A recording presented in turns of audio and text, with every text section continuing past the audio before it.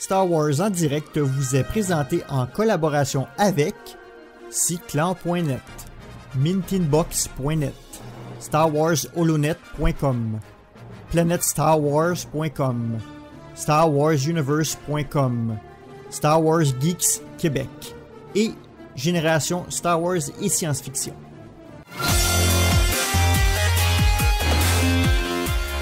Bienvenue à Star Wars en direct, la voix du fandom Star Wars, pour cette édition littérature qui sera consacrée aux comics de Dr. Aphra, de Poe Dameron et également à Star Wars Adventures. Alors, je suis Thomas et aujourd'hui je suis accompagné dans mon équipe d'un petit vent qui nous vient du Québec, Francis. Bonjour Francis. Bonjour les gars. Et le grand retour de Loïc. Et bonjour tout le monde. Alors, avant qu'on commence l'émission, on va commencer par remercier nos partenaires, à savoir Star Wars Holonet, Cyclan.net, Planète Star Wars, Star Wars Universe, Star Wars Geek Québec et Génération Star Wars et Science-Fiction. Alors, avant qu'on rentre dans le vif du sujet, messieurs, on va faire un petit WhatsApp, sachant que maintenant nos WhatsApp, on peut prendre extra Star Wars. Loïc, je te propose de commencer. Oui, alors moi je vais quand même rester sur un WhatsApp classique Star Wars, parce qu'il y aurait des choses à dire autres que Star Wars, notamment sur une petite série comme Daredevil par exemple, etc. Mais ça fait longtemps que je ne suis pas intervenu en ondes, donc je vais reprendre un peu ce qui s'est passé ces derniers temps. Donc ma dernière participation à une émission, c'était TAQC, l'enregistrement live que nous avons fait ensemble. Et ce soir-là, en fait, nous avons évoqué le futur de Disney, etc. Et puis on avait fait un petit bilan sur ce qui était déjà sorti entre guillemets, du nouveau Star Wars. Et je me souviens que j'avais dit que voilà, on pouvait chacun faire notre bilan en fait de ce que Disney nous avait sorti en Star Wars, et puis savoir pour savoir en fait si on s'y retrouvait, si on avait notre compte, et qu'il ne fallait pas juger juste en fonction d'un film ou de quelque chose que nous n'avions pas aimé. Alors du coup en fait je me suis appliqué ça à moi-même, et dans les jours qui ont suivi je me suis rendu compte en fait tout simplement que l'épisode 8 et ensuite dans une moindre mesure le film Solo avait un peu mine de rien émoussé mon intérêt pour Star Wars. Donc voilà, après on a tous une période des passages un peu plus calme dans notre fandom. Je pense que ça nous est tous arrivé d'avoir des coups de pompe, etc. Mais c'est vrai que celui-ci, j'avoue que l'épisode 8 m'a touché peut-être plus que ce qu'il y a eu par le passé, et ça m'a vachement réfréné. Donc ça m'a réfréné au niveau des podcasts, mais également au niveau de mes lectures que j'ai laissé un peu de côté, et même jusqu'à la 500e avec les projets de costumes qui sont restés un petit peu de côté. Donc voilà, donc maintenant ça revient tout doucement. Il y a des petites choses qui me font plaisir, que j'ai envie de découvrir, comme la série Mandalorian, etc. Donc je reste toujours fan de Star Wars. J'ai toujours la volonté d'aller voir les nouveautés. Je suis allé voir Résistance par exemple.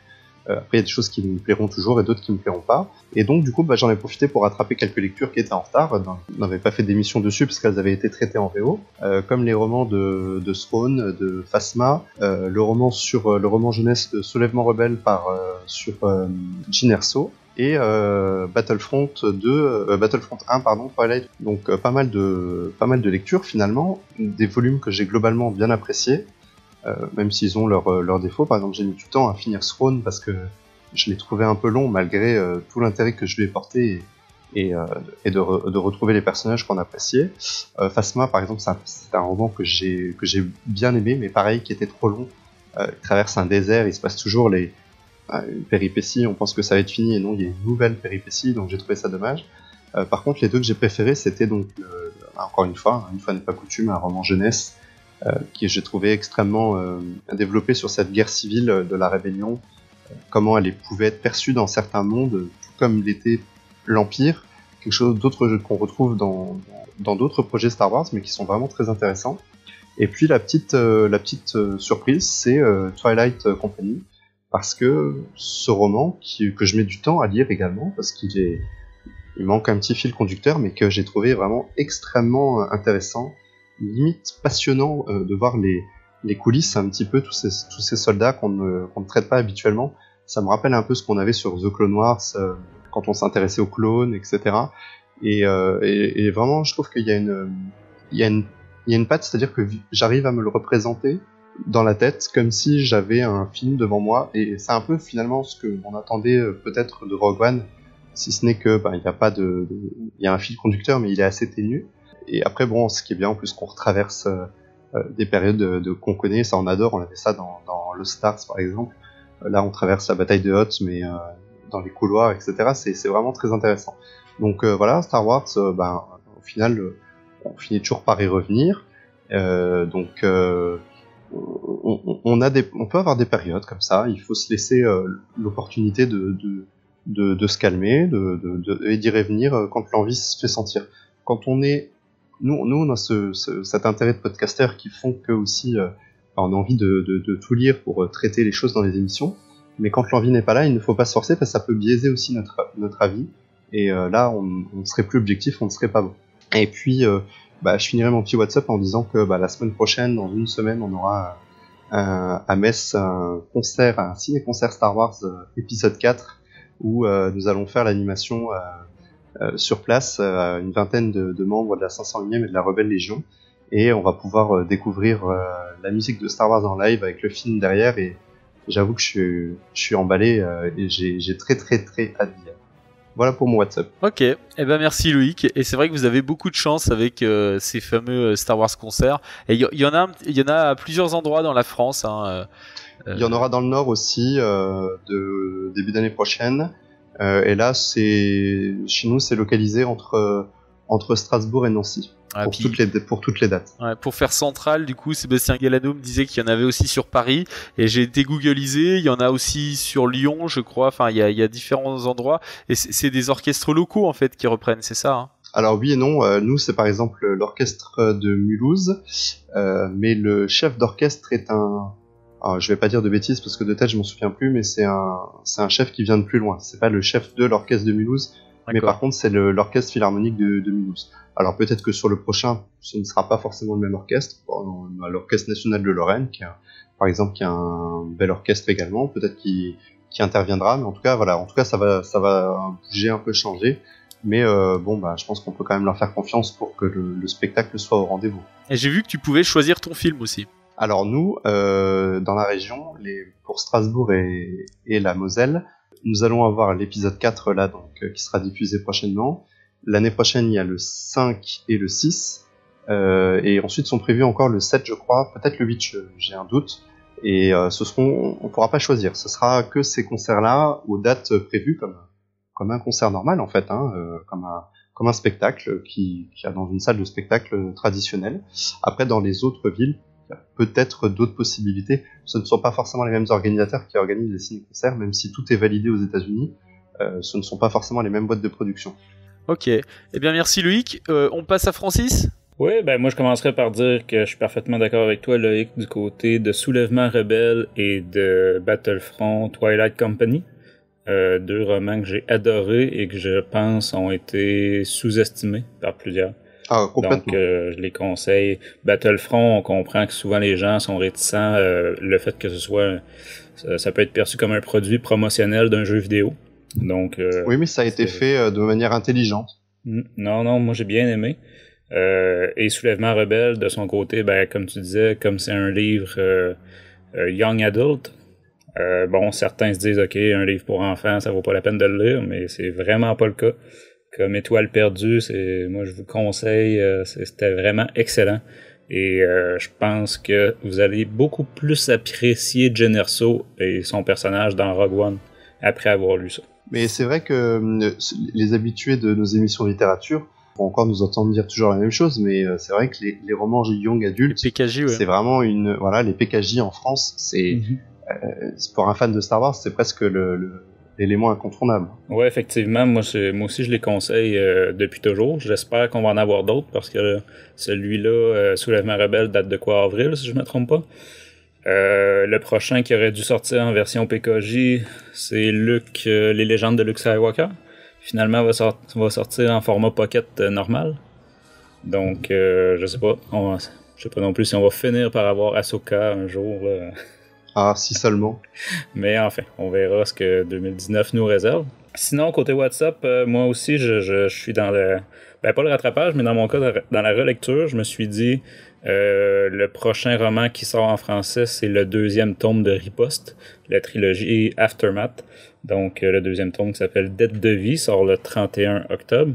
Donc, je me suis dit, tiens, je vais relire le premier volume, compte tenu que ça fait déjà quand même un bon 2 ans, je dirais. Donc, c'est sûr que les personnages sont un peu loin dans ma tête, etc. Donc, je suis dans la lecture du premier Riposte. Et je dois dire que je l'apprécie quand même plus à ma 2e lecture qu'à ma première. J'avais pas été un gros fan là, à sa sortie, il y a quelques années.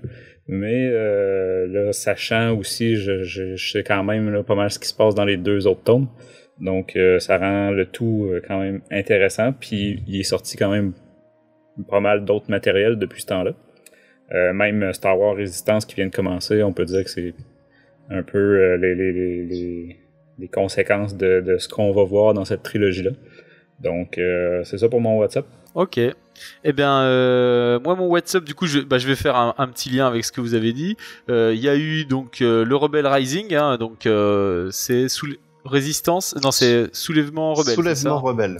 Que j'ai lu, effectivement, que j'ai beaucoup aimé. J'aurais mis un petit 14 sur 20, hein, juste pour le WhatsApp, vite fait. Sinon, qu'est-ce que j'ai fait? J'ai acheté le Blu-ray de Han Solo seulement cet après-midi, donc là, il va falloir que je le mate pendant les vacances, parce que j'ai lu pas mal de Marvel ces temps-ci. Donc j'ai fini notamment le 2e omnibus de Miles Morales, qui était assez cool, mais moins bien que le premier quand même. Et sinon j'ai attaqué Star Wars Resistance aussi. J'ai pas encore écouté la fameuse émission de Star Wars en direct parce que je n'ai vu que les 2 premiers, donc j'ai pas envie de me faire spoiler. J'ai cru comprendre que les gens n'aimaient pas trop, mais moi je trouve que pour l'instant, au vu du public qui est visé, je trouve ça correct. Et surtout il y a plein d'aliens partout et ça je trouve ça génial. Donc ça, voilà. On a tous pensé à toi. Hein. Ouais, je sais, j'avais vu les notions, enfin les commentaires, et il y a même une femelle de la race de Nkarplut, et ça j'ai trouvé ça génial, quoi. C'était vraiment bien vu. Enfin, c'est vraiment le petit détail. Certains vont dire on s'en fout, ça change rien, mais moi ça me fait plaisir. Du rouge sur les joues. Et même des nouveaux aliens qui existaient pas. Enfin, j'ai trouvé ça cool, quoi. Enfin, non, enfin, je trouve ça bien. Alors par contre, pour l'instant, il s'est pas passé grand chose, mais ça peut augurer du bon. Comme ça peut être très mauvais, quoi. Souvent les pilotes font assez envie. Alors bien sûr c'est pas au niveau d'un Clone Wars ou d'un Rebels pour un pilote, mais ça pourrait être sympa. Surtout que c'est la période en ce moment qui est plutôt, enfin voilà, c'est la période actuelle de Star Wars et ça fait du bien de la creuser un peu, quoi. Surtout qu'on disait souvent que le pré-épisode 7 n'était pas assez creusé. Donc voilà pour mon WhatsApp. Et on va passer également, avant de passer en hyperespace, on va faire un petit rappel de nos dernières émissions. Donc il y a eu le Star Wars série numéro 2 sur lequel les collègues justement parlaient de Star Wars Resistance, des 4 premiers. Et on a également un autre épisode sur lequel on parlait de la série sur les Mandaloriens qui nous fait tant rêver pour certains et qui est source de déception pour d'autres. Et puis également des bonus de Han Solo. Et puis maintenant qu'on a évoqué tout ça, nous allons pouvoir passer en hyperespace. Oh crap! Prepare to jump into hyperspace on my mark. All right, stand by.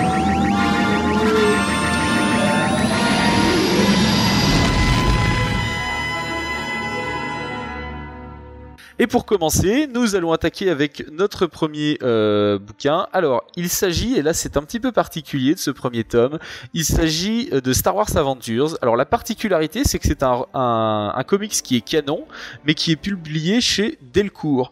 Alors, c'est un petit peu particulier, tout simplement. Les raisons de tout ça, c'est que ce comics, en fait, il est publié aux États-Unis par IDW, qui n'est pas le Marvel Studio.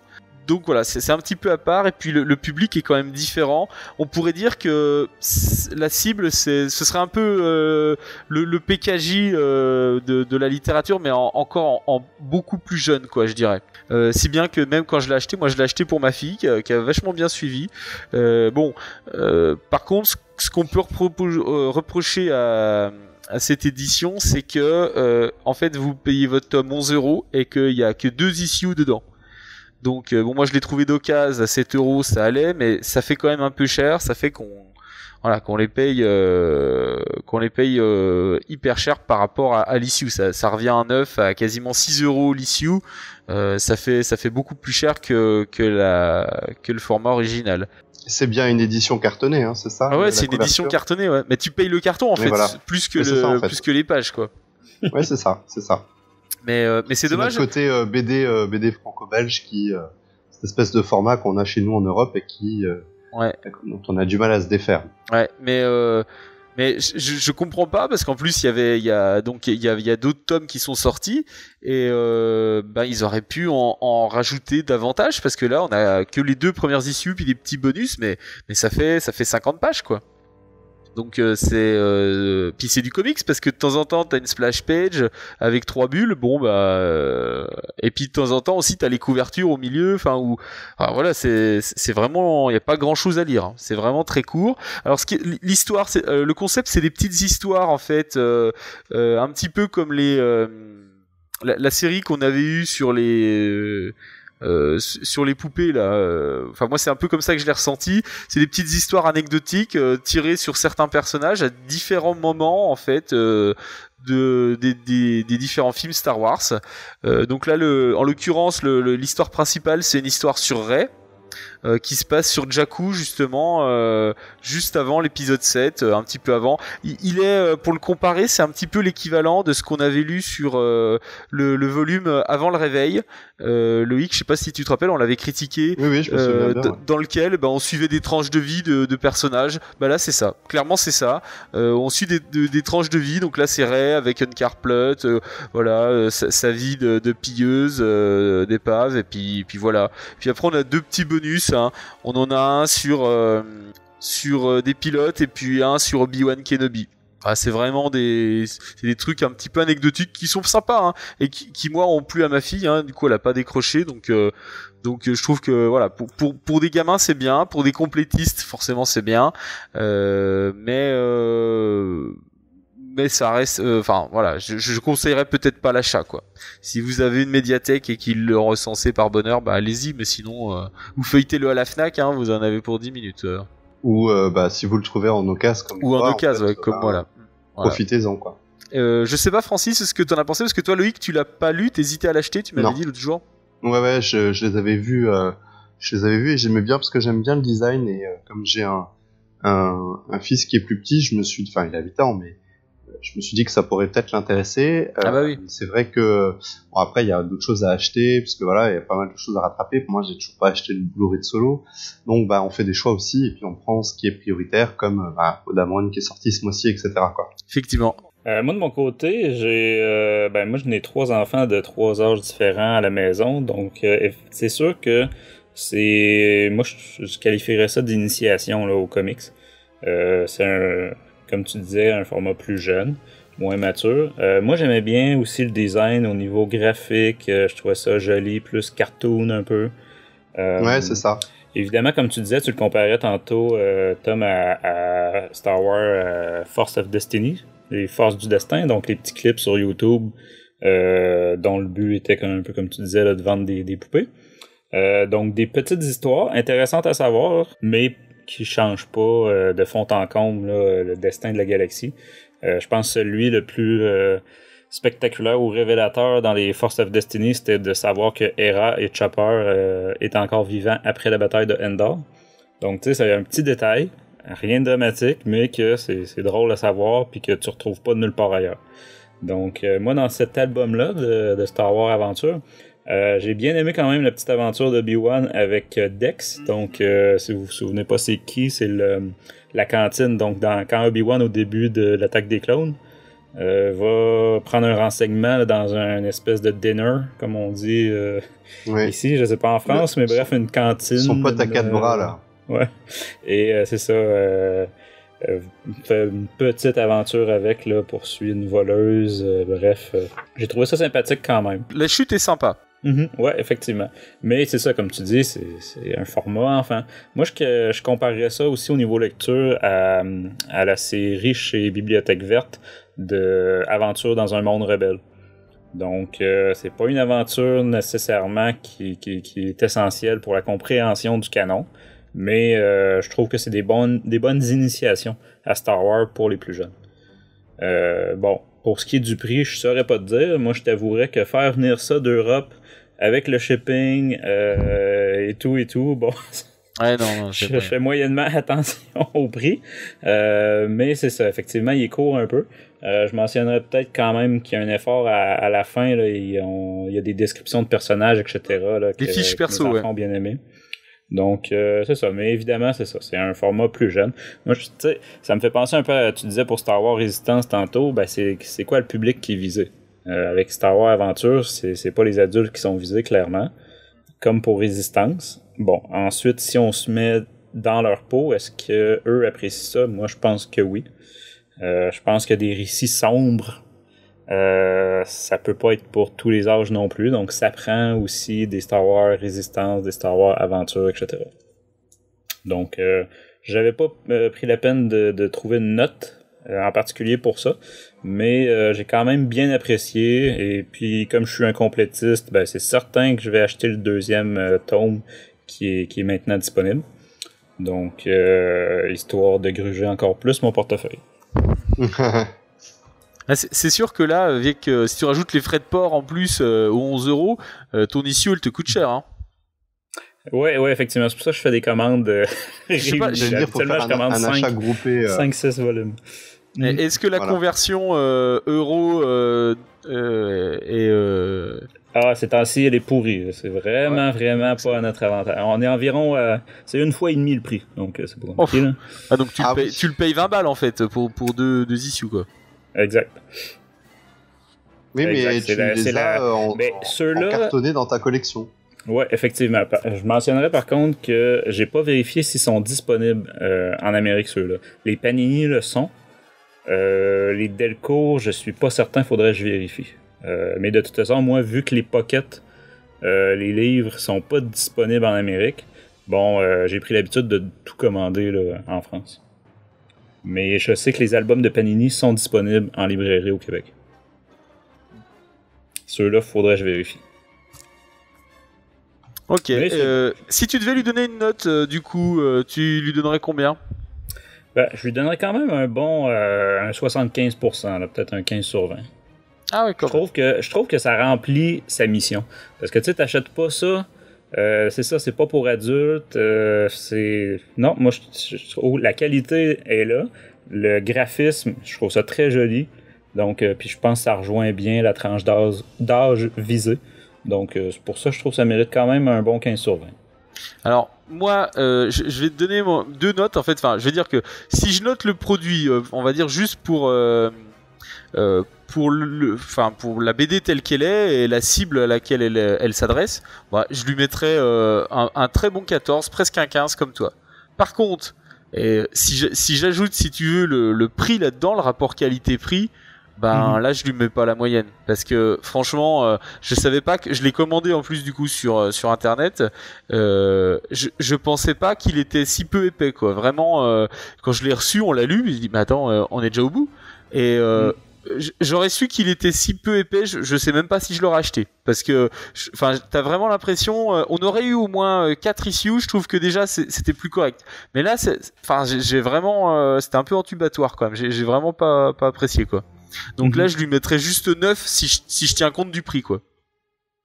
Et est-ce que tu as déjà vérifié si le volume 2 est la même et juste 2 issues aussi ou non, j'ai pas vérifié. J'ai pas vérifié le nom. Ça va toujours être ce format-là. Non, parce que je l'ai vu en rayon tout à l'heure et je l'ai même pas sorti, quoi. Je me suis dit ah non, mais peut-être qu'effectivement ils peuvent augmenter le nombre d'issues, mais bon, je sais pas. À vérifier. Et je comprends pas tout à fait la logique en plus. Donc, est-ce qu'on t'a donné envie, Loïc, de l'acheter? Oui et non, parce que je suis déjà conquis au produit, mais pas neuf. Non. En plus, contrairement à un produit comme un livre comme Podamron ou je sais pas le tome 2 de la trilogie Aftermath, ce sont des livres que j'ai envie de lire rapidement. Ce sont des livres un peu serial qu'on a envie d'avoir la suite parce qu'on l'a déjà lu. Là, sincèrement, il y a aucune pression, je suis pas speed. Si je le trouve à l'occasion, ou comme tu disais à la médiathèque, souvent moi j'ai des nouveautés qui y sont, donc si j'ai l'occasion de l'emprunter, peut-être que je le ferai, ou en faisant une brocante ou ce genre de choses. Bah, si je le trouve, je l'achèterai parce que ça sera vraiment le produit adapté à ce genre de choses. Mais je suis pas pressé du tout. Hein. Ok. Eh bien, on va passer à la suite et on retourne chez Panini Comics, Francis, avec le tome 2 de Aphra. Et on t'écoute. Oui. Donc, pour ceux qui n'auraient pas suivi, on va faire un dans les épisodes précédents, là, un peu comme avec une série télé.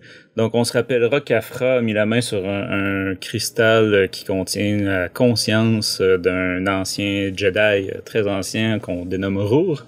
Donc, vous pouvez trouver ça dans le premier volume du Dr. Aphra et aussi dans le crossover qui s'appelait Screaming Citadel, donc la citadelle hurlante en France.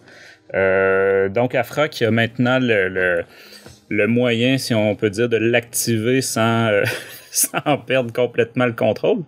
Donc, il va en profiter pour tenter de faire un coup d'argent fidèle à elle-même. Donc, c'est pour ça que l'album s'appelle L'énorme magot. Donc, on suit Aphra qui organise une vente aux enchères pour tenter d'aller chercher le maximum d'argent avec ça. Vente aux enchères très intéressante, je vous dis, je veux pas tout de suite vendre les punchs, mais moi j'ai particulièrement aimé cet album-là. Pour faire un aparté rapide, là, je sais que certains vont se rappeler de la vente aux enchères aussi dans l'album Dark Maul, il y a 2 ans maintenant, qui était aussi très intéressante, mais cette fois-ci, l'idée est beaucoup plus poussée, ça dure plus de numéros d'ailleurs. Et au lieu d'être seulement des bandes criminelles qui vont se pointer pour acheter le lot à Aphra, ben là on a aussi des organisations autres que vraiment des syndicats du crime. C'est hyper varié, il y a énormément de nouveaux personnages, de races d'aliens, de gangs, d'organisations. Bref, un album que je vous conseille. Avant de donner là, vraiment point fort, point faible en détail, je vous demanderais, messieurs, votre avis. Peut-être commencer par toi, Tom. Eh bien, alors moi, j'ai moyennement aimé. Il y a aussi, tu sais, dedans, il y a l'annual. C'est le premier annuel ou pas, je sais plus. On a une histoire sur notre fameux Wookiee là, comment ils se sont rencontrés, pourquoi il est aussi vénère, etc. J'ai pas trop apprécié l'annual. Alors après, la vente aux enchères, elle est sympa, effectivement, mais je trouve que les enjeux sont quand même vachement limités. Et ça, c'est un truc qui m'a quand même bloqué. Et ouais. Puis je sais pas, cette espèce de robot qui prend qui prend l'âme du Jedi, je sais pas, j'ai trouvé ça un peu bizarre. J'ai eu du mal à accrocher avec le concept. Alors j'ai bien aimé, pareil, le fait qu'il y ait des organisations criminelles, qu'il y ait plein de races aliens. Donc là c'est pareil, hein, on est servi, hein, il y en a pas mal. Et il y en a, j'ai regardé des trois trilogies. Donc ça c'est plutôt sympa, c'est plutôt agréable, mais je reste encore un petit peu bloqué sur cette espèce d'effet miroir des personnages Star Wars, hein. On a le Chewbacca méchant, le C3PO méchant et R2D2 méchant. Bah je sais pas, ça me bloque encore un peu. Et puis Aphra, c'est pas forcément le personnage que j'adore, quoi. Le premier m'avait un peu plus plu parce qu'il avait un côté Indiana Jones, mais celui-ci je l'ai pas trouvé d'âme particulière, donc j'ai vraiment pas beaucoup apprécié. Quant à moi, je l'ai pas non plus apprécié, mais pour des raisons différentes. Alors moi j'aime bien le personnage d'Aphra, donc c'est un personnage que j'apprécie de retrouver, tout comme sa copine officier impérial qui s'étoffe un peu, qui est intéressant. Par contre, justement, moi je n'ai pas aimé la vente aux enchères. J'ai trouvé ça chiant. Bah moi j'accroche pas avec les mafias, les syndicats du crime.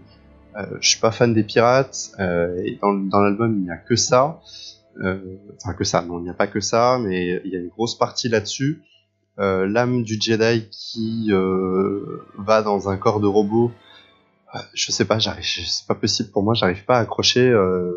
On n'est pas, encore une fois, on dit souvent, enfin moi je l'ai dit souvent, on est sur un concept de comics qui va fonctionner super bien. Je pense par exemple au maître des robots dans Spider-Man ou Arnim Zola qui ont des consciences humaines téléchargées dans des corps robotiques. Je trouve que ça fonctionne. Mais avec un robot dans Star Wars, je trouve que ça fonctionne pas. Alors après, l'épisode 8 nous a montré de nouvelles versions de la Force et d'autres manières pour les utilisateurs d'y arriver, comme Yoda en fait, qui arrive en fantôme et puis qui peut interagir avec le monde réel entre guillemets. Donc, je ne suis pas fermé à l'idée, mais j'essaie toujours de me représenter ce qu'on lit dans les romans ou ce qu'on voit dans les comics, ou dans les séries animées. J'essaie de me les représenter en version live, et je trouve que ça ne fonctionne pas. J'essaie d'imaginer un film live avec cette conscience Jedi, etc. J'arrive pas à me la représenter, c'est quelque chose qui pour moi ne fonctionne pas à l'écran, et bah, du coup j'arrive pas à le relier au reste de l'univers Star Wars, donc ça me dérange. Bon, par contre j'ai bien aimé qu'on voit Vador, et puis c'est un petit peu c'est un peu la cerise quand même. On s'attend quand même au final, parce que ce personnage a été introduit dans la série Vador, on s'attend à ce que Vador s'intéresse à nouveau à elle, ou à entendre peut-être parler d'elle, tout comme il avait retrouvé Ahsoka dans la série Rebels. Bon bah là c'est pas son apprenti, il y a pas de lien à la Force, mais quelque part on a un petit peu cette relation maître et élève qui est là, et lui il veut effacer ses traces, donc il arrive. Et puis bon bah évidemment il traque l'esprit d'un Jedi, donc pour lui c'est du pain béni. Donc moi j'ai du mal avec Aphra. J'avais bien aimé aussi le premier volume pour son côté Indiana Jones. On tend à s'en éloigner un petit peu dans ce second volume. J'espère que par la suite on va revenir à quelque chose de plus Star Wars. En tout cas pour moi ça a du mal à me convaincre. Oui, je suis d'accord avec toi qu'effectivement on s'est éloigné un peu du style Indiana Jones là, et recanonisation de plein de vieux concepts qu'on avait dans le premier volume. On est plus peut-être dans un thème arnaque, grande arnaque. Oui, c'est ça. Moi, de mon côté, je dois dire j'ai beaucoup aimé cet album-là. Côté dessin, pour commencer, j'ai trouvé ça très agréable. C'est moins photoréaliste, plus BD. Je pense que ça colle au personnage d'Aphra, qui est habituellement, en tout cas, même dès le début dans la série Vador, avec ses deux droïdes psychopathes, je veux dire, c'est excentrique la plupart du temps. Donc, le fait d'avoir du dessin un petit peu plus cartoon, un petit peu plus, justement, comics, ça, je dois dire que j'aime bien.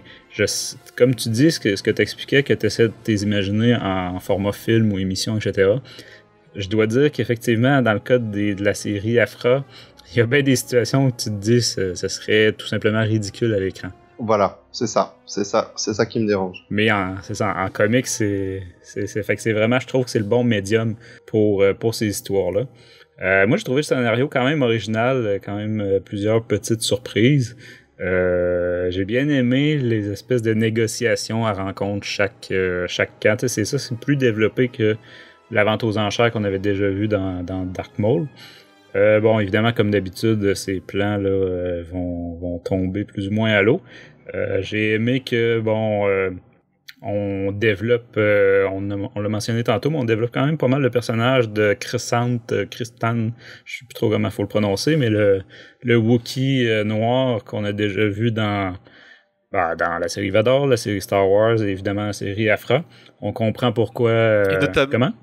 Notamment dans l'annuel justement qu'on évoquait, et c'est trouvé. Je te coupe juste parce que j'y pense, mais ils ont fait un lien du coup avec cet arc narratif et l'annuel, et c'est pour ça que d'un point de vue là, par contre, du point de vue de Panini, c'était bien joué de les mettre ensemble, quoi. Là, ça avait du sens, quoi. Exactement, c'est ça. On a le début et la fin.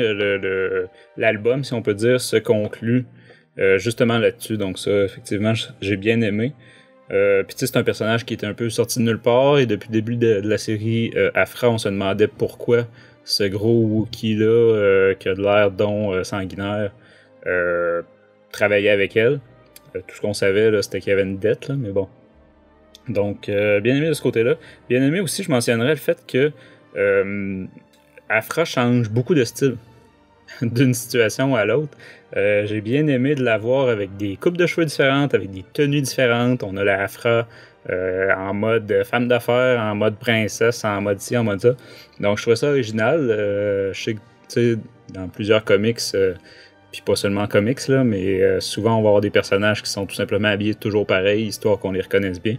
Donc je trouve que ça... Et ça, c'est ridicule aussi, d'ailleurs, parce que... Je trouve que ça fait quand même du bien de ce côté-là. Sinon, j'avais noté aussi que le fait que les droïdes, bon, justement, réussissent à s'échapper d'Afra, à se libérer d'elle, c'est quelque chose qui était aussi dans l'air depuis leur apparition dans la série Vador. Donc, ça fait quand même plusieurs années. Moi, justement, ouais. je rebondis sur ce que tu dis, Francis, parce que j'ai trouvé justement le retournement de situation très abrupt. Et moi, je l'ai pas vu dans le volume. Alors, je sais pas, est-ce que j'ai loupé des pages, est-ce qu'il y a quelque chose que j'ai pas compris, ou alors c'est vraiment que j'ai tellement été peu passionné par l'histoire que j'ai pas réussi à rentrer dedans complètement. Mais quand on est arrivé à la dernière page de cet épisode, je me fais, ça sort de nulle part en fait. Donc voilà. Après, c'est ce que je dis. J'ai pas eu le temps de le relire.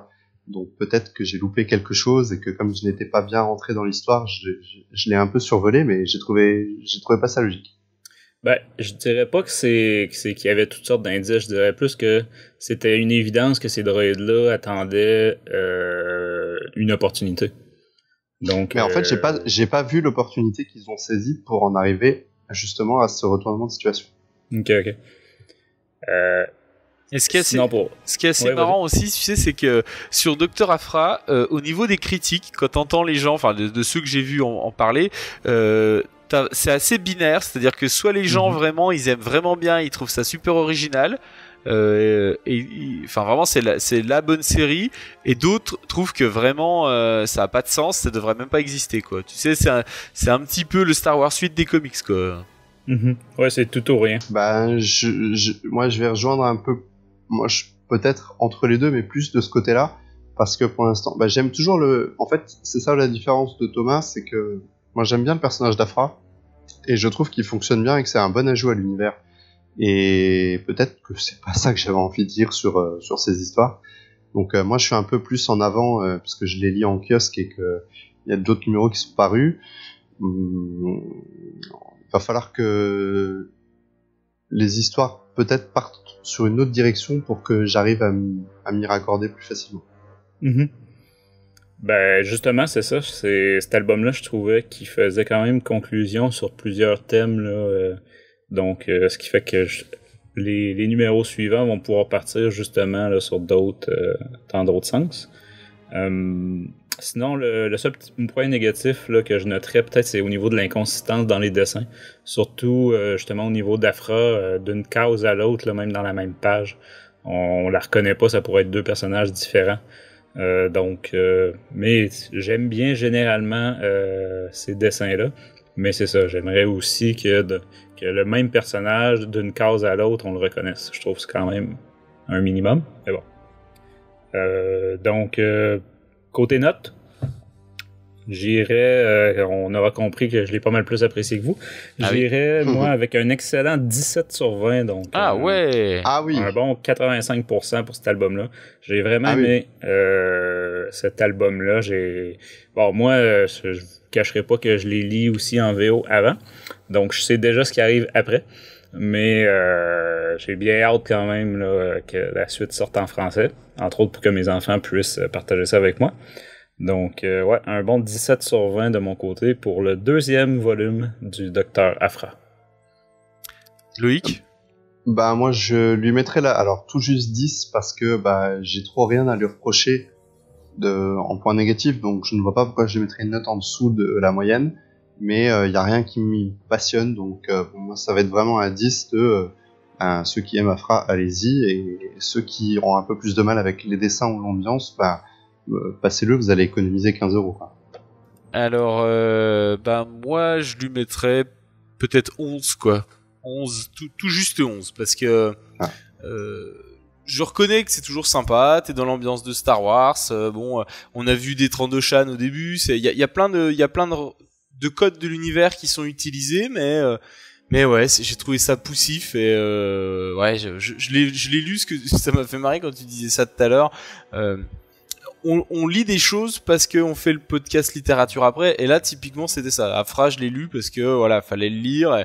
Je l'ai attaqué avec pourtant comment dire, de l'entrain, quoi. J'étais content de l'acheter, de l'ouvrir, et puis très rapidement j'ai perdu de fil, et j'étais content de l'avoir notamment parce que j'avais bien apprécié le tome 1. Il me semble qu'on l'avait dû le critiquer ensemble d'ailleurs, et Oui. il m'avait plu, quoi, et je me disais ah ouais, bah, on va voir le tome 2, ça. Puis en fait non, pouf, le soufflet un peu redescendu, et le côté Indiana Jones ayant disparu, ben c'était tout de suite moins sympa, quoi. Donc voilà, ouais, un petit peu déçu. Bah, moi je dirais, je voudrais conclure sur ce que tu viens de dire, rebondir.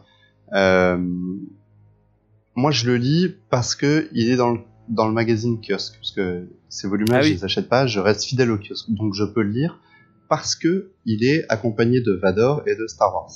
Maintenant, je me pose sincèrement la question, si je lisais comme vous deux des albums reliés, je ne suis sincèrement pas sûr après la lecture de ce tome 2 que j'irai acheter le tome 3, même par complétisme.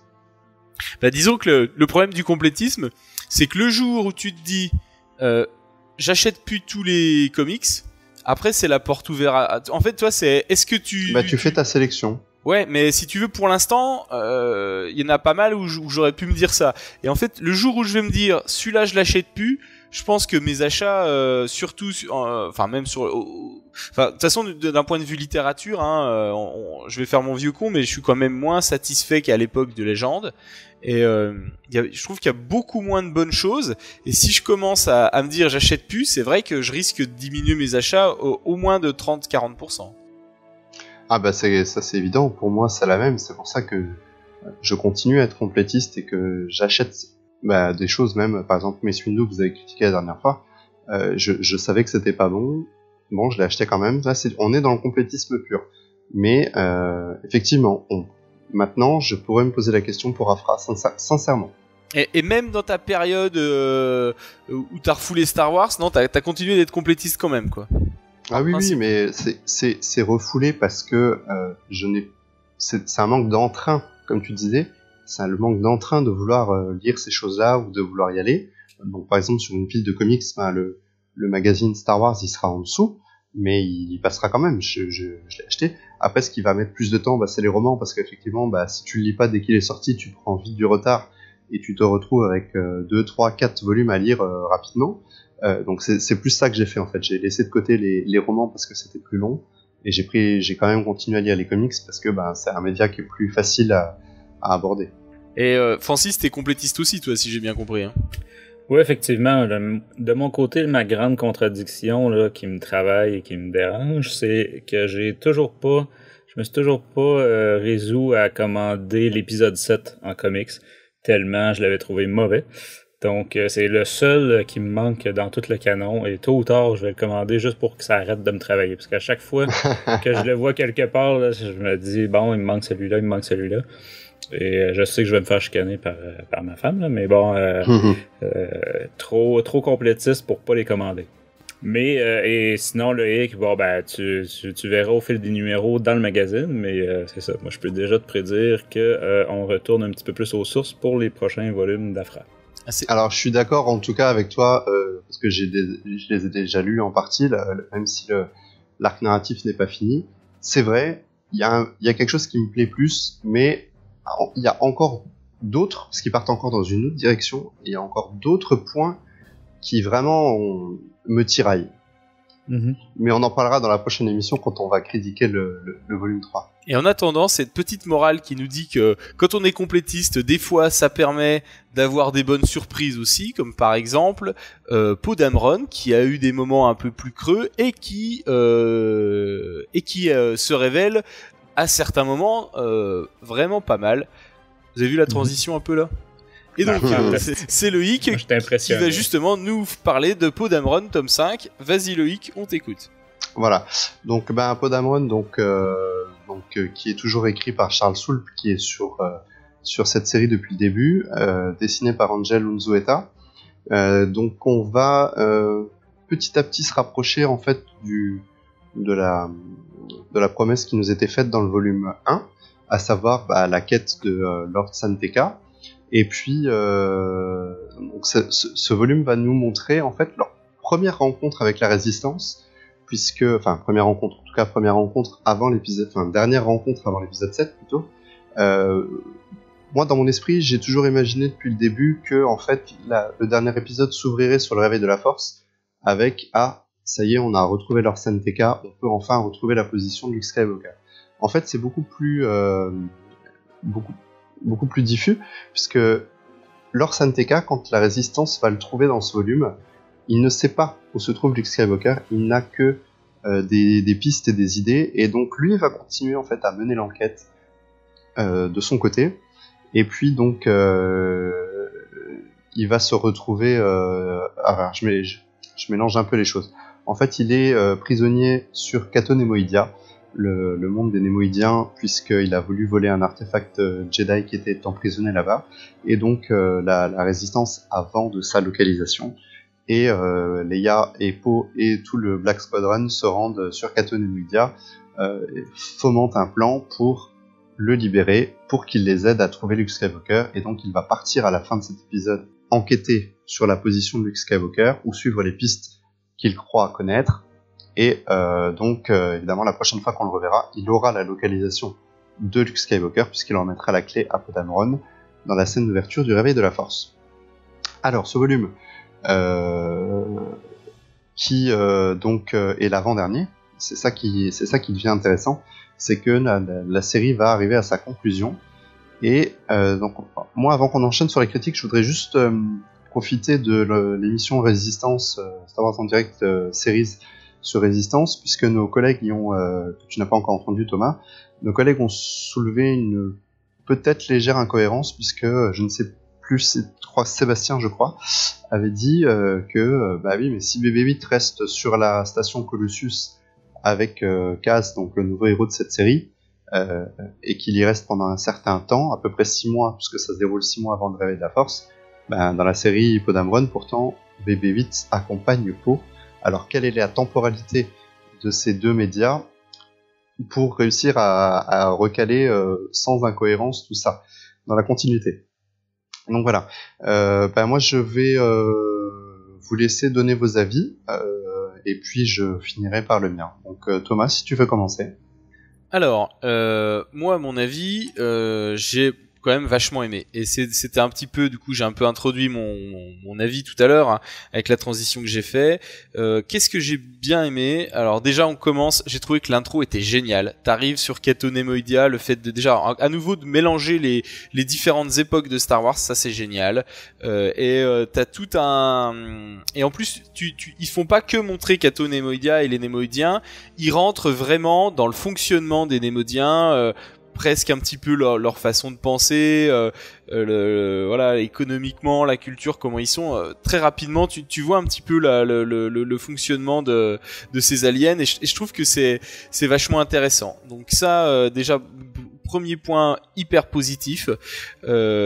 Deuxième point, mais alors génial, c'est le dessin. Alors là, le dessin, c'est Angel Unzueta qui dessine, et alors c'est vraiment très très chouette. Il y a une ambiance vraiment sympa. On reconnaît, mais les traits des personnages, vraiment, c'est pas des photos, mais comment dire, ils ont réussi à capter les expressions des personnages, même dans les yeux, je trouve, et c'est vraiment très chouette, quoi. Donc lui, c'est plutôt un jeune auteur, hein, c'est un espagnol de chez la Marvel, et vraiment il se débrouille très bien. On rentre en plus un peu plus en profondeur sur la Résistance, parce qu'on va aller voir un petit peu l'intimité, les liens qu'il y a entre les différents survivants, on va dire, de l'escadron de l'escadron Black.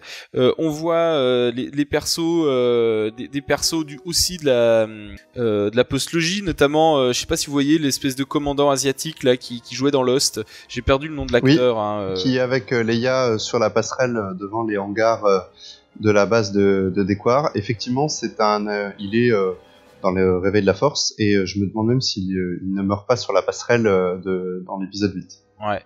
Il a pas eu le droit à son nom mentionné comme Akbar, du coup, quoi. Donc ça c'était également super sympa.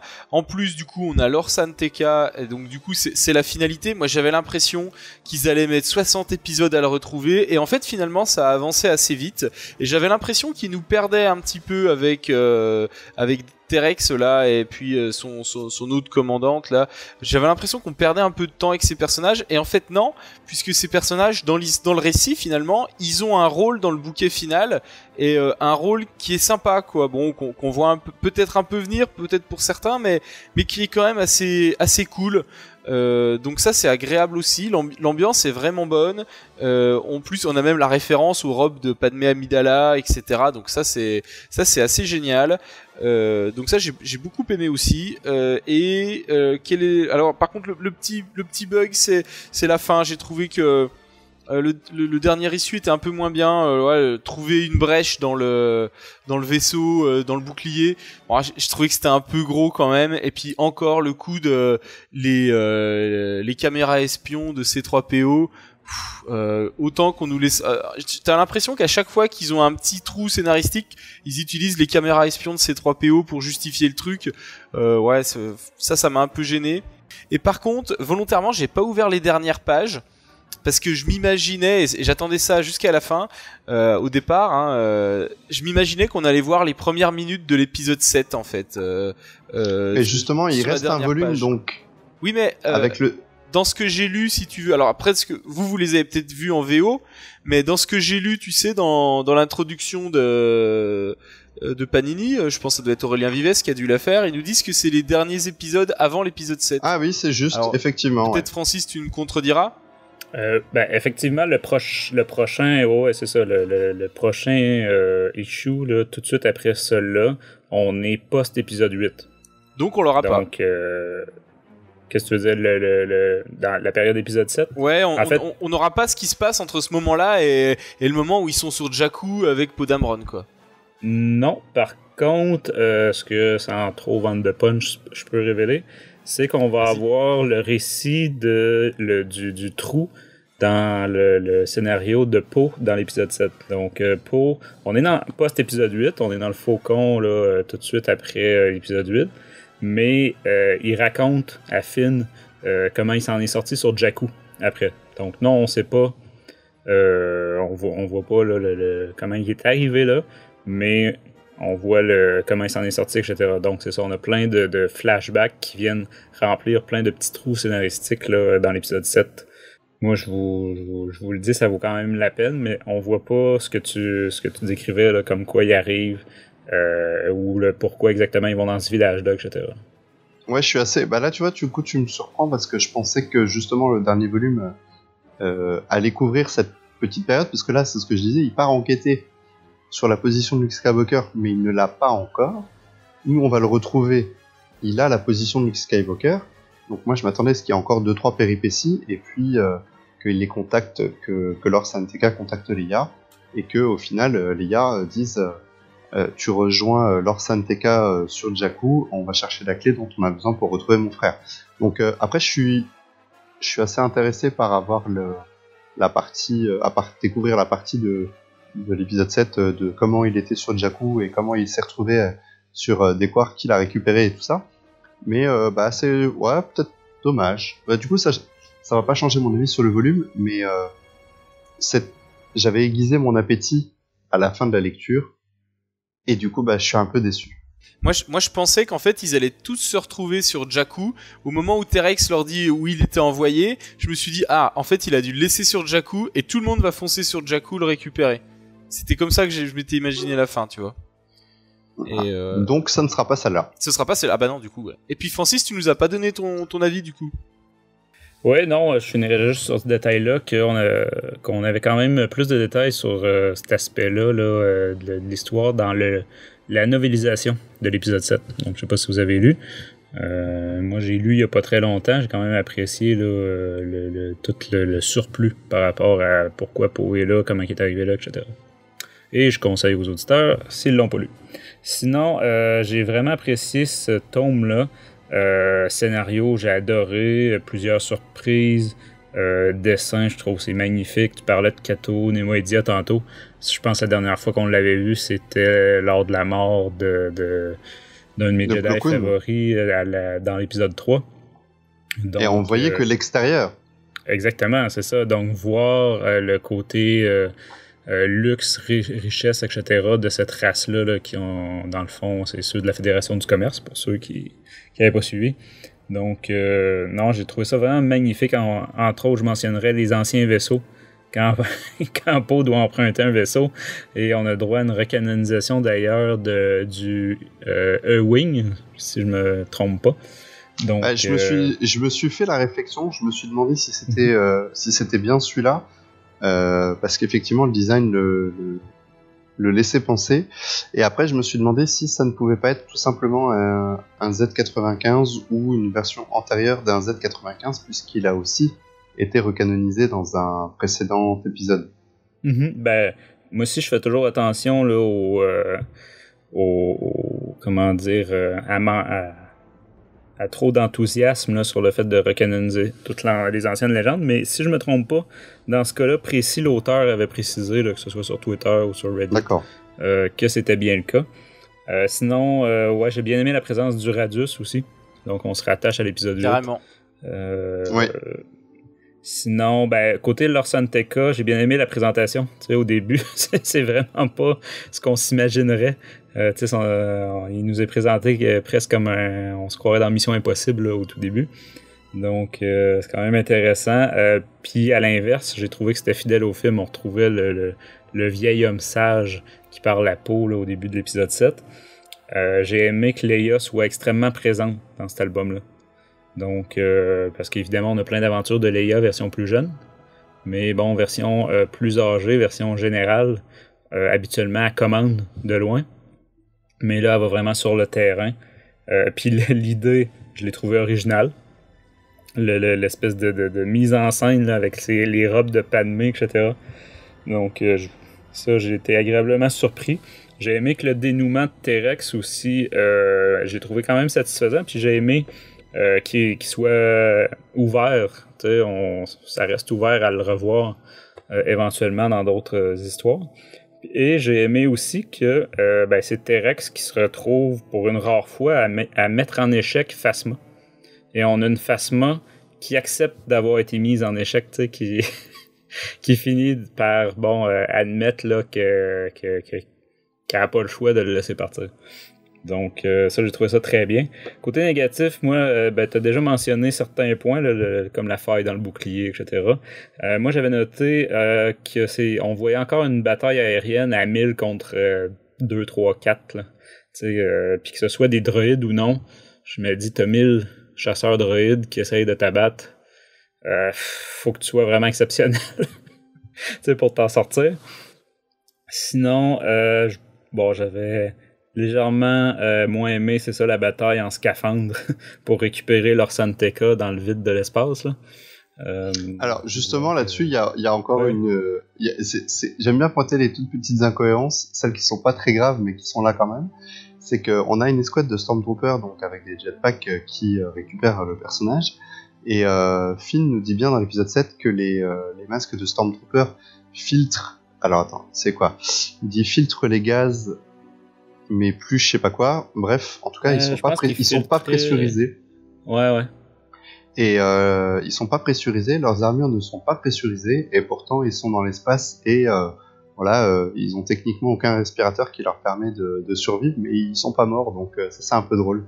Bon après ça on est dans l'ordre du détail, mais bon. C'est ça, t'es trop difficile là, avec là. Il faut que tu t'imagines que c'est une armure spéciale version pressurisée. Exactement. Voilà. Exactement. À la Master Chief. Là. Sinon, pour rester dans les petites incohérences, je ne sais pas si vous aviez ou si vous connaissiez ce détail-là, il y a le côté du mariage qu'on aperçoit quand même rapidement. Je pense que c'est juste une page. Mais ça vient contredire le même événement qui s'était déjà produit dans un autre médium canon, à savoir la série de livres pour enfants, en tout cas, des livres très jeunesse qui s'appelait Join the Resistance, et il y avait déjà ce mariage-là. Et ça se passait pas du tout comme ça. Donc, ce que j'allais dire, est-ce qu'on le voit pas d'un autre point de vue Ouais. C'est ce que, sur le coup, oui, c'est ce que je me suis dit, là, mais après, j'ai fait une mini-recherche pour conclure que, bon, c'est une relecture, on va dire ça comme ça. Ouais, Une relecture du même événement. Sinon, moi, ça ferait le tour. Je peux y aller avec la note, c'est comme vous voulez. Ah oui, j'avais une autre incohérence juste avant pour finir, ça m'y a fait repenser. Je sais pas si vous remarquez, mais quand justement ils partent se battre contre les droïdes vaisseaux là, si tu veux, Poe Dameron se fait piquer son X-Wing, mais pendant que le X-Wing décolle, il le voit dans le ciel, il est à quelques centaines de mètres des droïdes. Poe Dameron, il a le temps de discuter avec le Némodien, de négocier le prix, d'aller voir le vaisseau, on lui présente le vaisseau, de monter dans le vaisseau et de rattraper quand même son propre vaisseau. Ah, mais ça, c'est parce que c'est le meilleur pilote de la galaxie. C'est ça, ouais. Alors. Ouais, c'est le En fait, Lucky Luke des pilotes, quoi. Ça revient à ce que je disais tantôt, c'est la bataille que, bon, c'est ça, il y a des milliers, au moins des centaines de droïdes. C'est vautours, si je me trompe pas qu'on les appelle. Ouais, c'est ça, c'est les droïdes vautours. Les chasseurs droïdes. Et c'est ça, cette bataille-là, bon, à cause de ce que tu viens de décrire, on en comprend qu'elle dure très longtemps. Là. Tout ce que tu viens de décrire, ça se fait quand même pas en 2 minutes. Et bon, malgré ça, on n'a aucune perte du côté de la résistance. Donc, c'est vraiment un escadron d'élite. Là. C'est ça qu'il faut en déduire, je pense. Donc, on donne nos notes ou Loïc, t'avais encore un truc à redire ? Alors, donc, voilà, moi j'ai adoré ce volume. Je l'ai vraiment trouvé absolument génial. Il y avait là-dedans tout ce que j'aime dans un comics Star Wars. L'ambiance, les vaisseaux, tout